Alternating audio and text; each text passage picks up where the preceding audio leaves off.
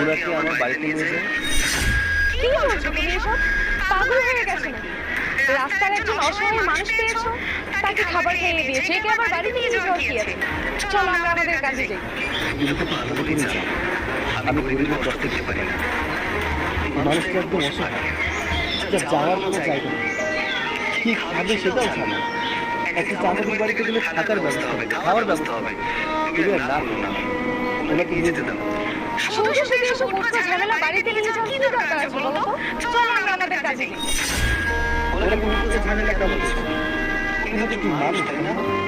কারো কারো মা হয়তো কোনো কারণবশত আজকে ওনার এই অবস্থা হয়েছে। সারা জীবন তো আমার ছিল না। তুমি না করো না, আমি ওনাকে নিয়ে যেতে চাই। ওনাকে বাড়িতে নিয়ে ওনাকে খাওয়াতে হবে, এক্সট্রা ভাবে ওনার সেবা যত্ন